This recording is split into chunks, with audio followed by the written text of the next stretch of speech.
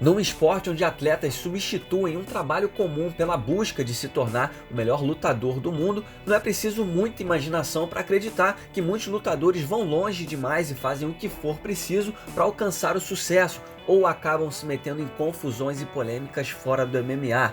Em casos extremos, lutadores acabam sabotando a reta final ou até suas carreiras profissionais inteiras. As pessoas costumam dizer que há uma linha tênue entre a grandeza e a loucura, e essa lista vai provar isso. Então já deixa o like e se inscreve no canal, porque eu sou o Coutinho do MMA no Ponto e aqui vão 10 carreiras arruinadas por autossabotagem.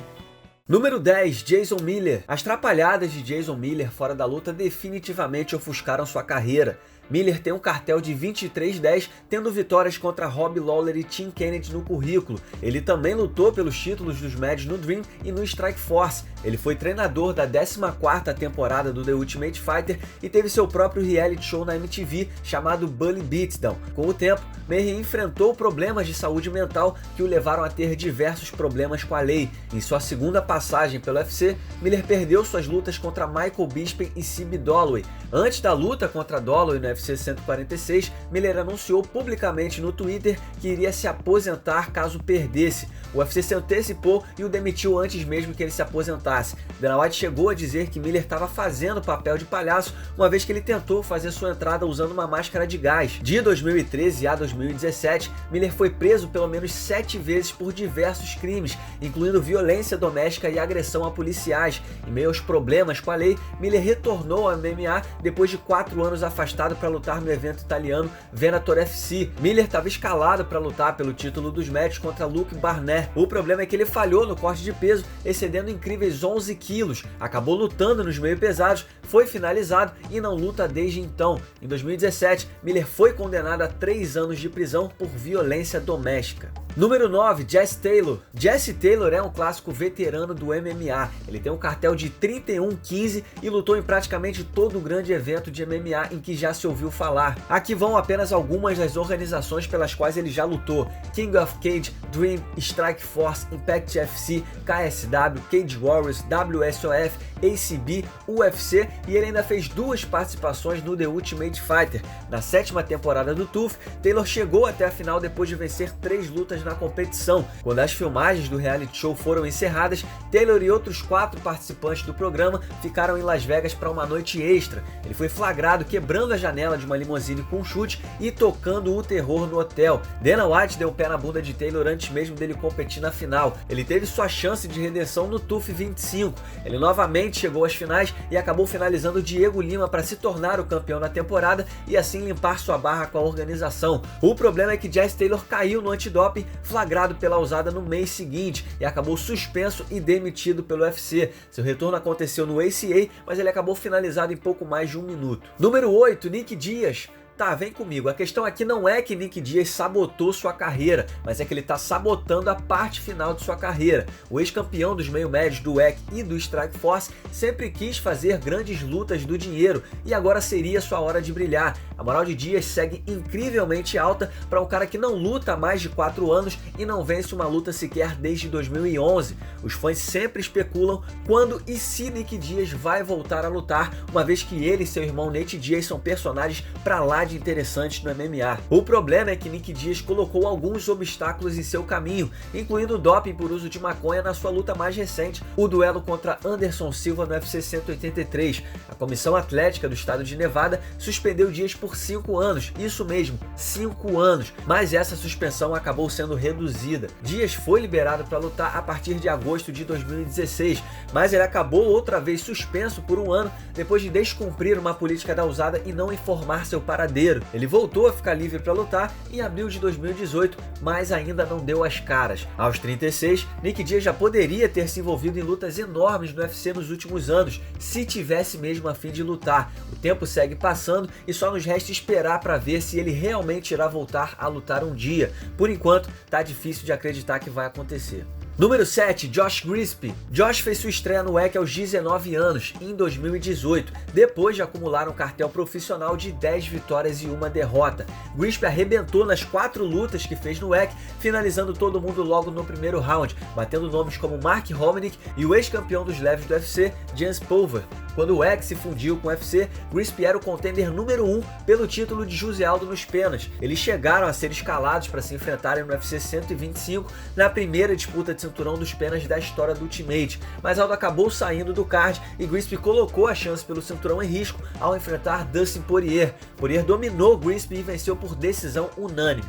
De uma forma surpreendente, Grisp acabou perdendo as 3 lutas seguintes no UFC e acabou demitido em 2013, aos 24, e nunca mais lutou MMA. No ano seguinte, Grisp foi considerado culpado por violência doméstica contra sua esposa, com um policial dizendo que foi o pior caso de abuso doméstico que ele já viu. Em 2017, Grisp foi condenado a 5 anos e meio de prisão devido a vários crimes, incluindo agressão, posse de drogas, intimidação de testemunhas e armazenamento inadequado de armas de fogo. Número 6, Brian Bowles. Os fãs das antigas vão se lembrar de Brian Bowles como o ex-campeão dos Galos do WEC, que nocauteou Miguel Torres encerrando uma sequência de 17 lutas de invencibilidade do rival no WEC 42, conquistando assim o título. Em sua primeira defesa de cinturão, Bowles sofreu a primeira derrota de sua carreira contra Dominick Cruz por interrupção médica, depois de quebrar a mão. Antes mesmo de Bowles pisar no cage do WEC, a organização foi absorvida pelo UFC no fim de 2010. Ele fez 2 lutas no espaço de 4 meses e venceu Damacio Page e Takeya Mizugaki. Bowles então encarou o ex-campeão dos penas do WEC, Uriah Faber, no UFC 139. A luta valia a posição de desafiante ao título da categoria, mas Bowles acabou finalizado no segundo round. Bowles se afastou por longos 18 meses do MMA e quando voltou não teve sucesso em seu retorno contra George Hoop no UFC 160. O fato é que Brian caiu no antidoping por níveis elevados de testosterona. A taxa permitida é de 6-1 e Bowles testou 20-1 e acabou suspenso por 9 meses. Em 2015, Bowles foi preso após diversas acusações relacionadas a drogas e armas, e ele nunca mais competiu no MMA desde sua demissão do UFC em 2013. Seu cartel é de 10-3. Número 5, Paul Kelly. Paul Kelly chegou ao UFC com um cartel perfeito de 7-0, finalizando todas as 7 lutas que tinha feito até então. Durante sua trajetória no UFC, Kelly somou 5 vitórias e 4 derrotas e era conhecido por ser um striker extremamente empolgante que deixava claro que lutava para ganhar bônus por performance só pelo dinheiro. O inglês foi demitido depois do UFC 126, onde foi finalizado por Donald Cerrone. Kelly seguiu em frente, lutou mais 3 vezes fora do UFC e hoje sustenta um cartel de 14-5.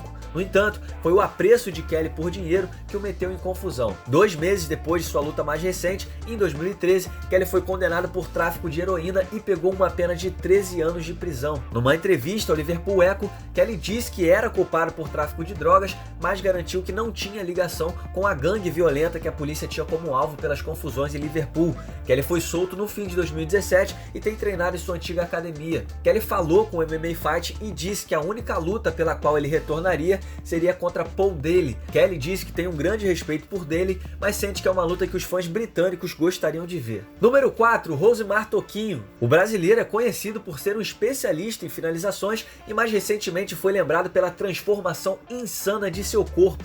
Olha o tamanho desse cara. Mais da metade de suas 19 vitórias no MMA aconteceram via chave de calcanhar, uma finalização que ninguém gostaria de sofrer. Toquinho foi suspenso pelo UFC por 90 dias depois de segurar demais uma chave de calcanhar no UFC 111 contra Thomas Draw, mesmo depois de Draw dar os 3 tapinhas e o árbitro Kevin Monhall tentar soltar a posição. 5 lutas depois, Toquinho já estava rodeado de críticas novamente, uma vez que ele caiu no doping por altas taxas de testosterona na derrota por nocaute sofrida contra Hector Lombard, acabando assim suspenso por 9 meses. Na luta de retorno, Toquinho finalizou Mike Pierce via chave de calcanhar, mas cometeu o mesmo erro e segurou demais a posição e acabou demitido pelo UFC logo em seguida, mesmo com um cartel de 8-4 na organização. Palhares então assinou com o WSOF, onde conquistou o título dos meio médio e bateu nomes como John Fitch e Jake Shields, e parece até mentira, mas Toquinho novamente segurou por tempo demais a finalização contra Jake Shields, perdeu o cinturão e acabou demitido do evento. Desde então ele lutou 6 vezes, venceu apenas uma luta, teve um no contest e acabou nocauteado por 4 vezes. Número 3, Evan Tanner. O falecido Evan Tanner já foi um talento respeitável no MMA. Em 2003, ele teve uma boa trajetória rumo ao título dos médios do UFC, vencendo Phil Baroni por 2 vezes e Robbie Lawler. Ele se tornou o 3º campeão dos médios na história do UFC, quando derrotou David Terrell no UFC 51. Naquele tempo, Evan tinha um cartel impressionante de 31-4, com uma de suas derrotas acontecendo acontecendo contra Tito Ortiz pelo cinturão dos meio pesados no UFC 30. Com o tempo, foi revelado que Tanner sofria de um grave caso de alcoolismo antes de ganhar o título do UFC. O vício lhe causou problemas de saúde. Seus rins acabaram causando problemas demais e o impedindo de treinar em alto nível. As frequentes dificuldades nos treinos causadas pelo vício afetaram suas performances e ele acabou perdendo a luta seguinte. Ele bateu Justin Livens no UFC 59, mas precisou de quase 2 anos longe do MMA para resolver seus problemas com álcool. Uma vez sóbrio, Evan retornou ao UFC, mas não conseguiu voltar à velha forma, perdendo as 2 lutas seguintes. Ele foi de um campeão com cartel de 31-4 até acumular um 32-8. Infelizmente, Tanner faleceu apenas 3 meses depois de sua última luta no UFC em 2008. Número 2, Mark Kerr. Mark The Smashing Machine Kerr se aposentou com um cartel de 15-11. Embora pareça comum, a história de Kerr é tudo menos isso. Mark conquistou os torneios dos pesados do UFC 14 e 15, atropelando 4 oponentes num tempo acumulado de 6 minutos e 10 segundos. Naquela época, o Pride tinha acabado de promover seu primeiro evento, vendendo 47 mil ingressos e estava procurando ser a nova força do MMA. Kerr então se mudou para o Japão. Ele emplacou 4 vitórias consecutivas no Pride, ampliando seu cartel para 11-0 no total, sendo ali considerado um dos melhores lutadores do planeta. Embora Kerr tivesse a aparência de um fisiculturista, por dentro sua história foi de abuso de esteroides e analgésicos. Kerr se complicou no Pride 7, onde o rival ucraniano Igor Vovchanchyn o nocauteou bem no fim do duelo. O resultado foi revertido para no contest, mas Kerr teve uma overdose de analgésicos depois do combate e teve que lutar pela vida no hospital. Tempos depois, Kerr perdeu para Kazuyuki Fujita no GP do Pride, uma luta que se esperava que ele vencesse. Infelizmente, ele nunca recuperou a forma. Kerr se afastou por quase 3 anos e diminuiu a ingestão de esteroides até retornar no Pride 27, com uma aparência bem diferente. Kerr acabou se nocauteando ao tentar uma derrubada no primeiro minuto da luta contra Yoshihisa Yamamoto, que tem um cartel de 14-25. O abuso de tais substâncias cobrou um preço no fim das contas. Kerr perdeu 7 de suas últimas 9 lutas, sendo as últimas 5 derrotas consecutivas. Menções honrosas: Matt Riddle. Embora nunca tenha sido campeão, Matt Riddle poderia ter ido longe se continuasse no MMA. Ele fez sua estreia profissional no UFC e teria um cartel de 9-3 não fosse o seu uso de maconha medicinal. A maconha fez com que 2 vitórias de Riddle virassem no contest. Riddle foi demitido pelo UFC em 2013 devido à sua resistência a parar de fumar. Ele só tinha 27 anos quando o UFC o demitiu. Ele só fez mais uma luta fora do UFC, uma vitória pelo Titan FC em 2014. Riddle hoje tem contrato com o evento de Pro Wrestling WWE. Lee Murray, como não citar o famoso caso de Lee Murray? Dana White uma vez chamou Lee Murray de um indivíduo assustador e não se referindo às suas lutas. Murray acumulou um cartel de 8-2 de 1999 a 2004. Sua maior vitória aconteceu contra Jorge Rivera no UFC 46, sem contar que Murray também enfrentou Anderson Silva no Cage Rage, o que permanece como sua luta mais recente. Murray foi esfaqueado em uma briga de rua em 2005 e ressuscitou 4 vezes durante sua recuperação, que impediu sua carreira no MMA de continuar. Mas o fato é que atualmente Murray está cumprindo uma pena de 25 anos de prisão por seu papel de mentor do maior roubo de dinheiro da história britânica, quando ele e outros envolvidos roubaram mais de 53 milhões de libras de um banco. Número 1, Jon Jones. Polêmicas à parte, Jon Jones é amplamente aceito como o melhor artista marcial de todos os tempos. Ele derrotou todos os rivais possíveis na categoria dos meio pesados e, fora uma desqualificação, ele nunca perdeu. Os problemas de Jones decorrem de suas ações fora do octógono. Em 2012, Jones dirigiu chapado, bateu o carro em um poste e o melhor lutador do mundo acabou socorrido por ninguém menos que sua mãe. Bonitinho, né? Jones então enfrentou pela primeira vez Daniel Cormier no UFC 182 e o derrotou por decisão unânime dos juízes. 3 dias depois, foi anunciado que Jones havia testado positivo para metabólitos de cocaína. Como não estava na lista de substâncias banidas, nenhuma punição foi aplicada. Mais alguns meses se passaram e Jones se envolveu num acidente onde, depois de avançar o sinal vermelho, bateu no carro de uma mulher grávida que quebrou o braço e, ao invés de prestar socorro, fugiu. O UFC retirou o cinturão de Jones e o suspendeu. Jones retornou no UFC 197 para conquistar o título interino contra Ovin Sanprou, até que dias antes da revanche com Daniel Cormier no UFC 200, Jones caiu no doping novamente e, como consequência, perdeu seu cinturão interino. Jones fez outro retorno no UFC 214 e nocauteou Daniel Cormier para conquistar novamente o título. Mas menos de um mês depois, a agência antidoping dos Estados Unidos anunciou que Jones tinha testado positivo para o anabólico esteroide Turinabol. E assim ele acabou sendo retirado do posto de campeão pela terceira vez em 2017. Jones acabou suspenso por 15 meses, recuperou o cinturão contra Alexander Gustafsson em dezembro de 2018 e embora ele continue como campeão dominante que sempre foi, pode-se imaginar o quanto mais ele poderia ter feito na carreira sem o tempo afastado do octógono por conta de intermináveis polêmicas. E aqui vai um salve para Tom Ransom, que escreveu essa lista e é um dos donos do MMA no Ponto. Você pode segui-lo no Twitter através do Tom A. Ransom. Muito obrigado por assistir, não se esqueça de se inscrever e deixar o like. Nós teremos vídeos semanais por aqui, deixe também o seu comentário logo abaixo e siga-nos nas redes sociais. Muito obrigado mais uma vez e até o próximo vídeo.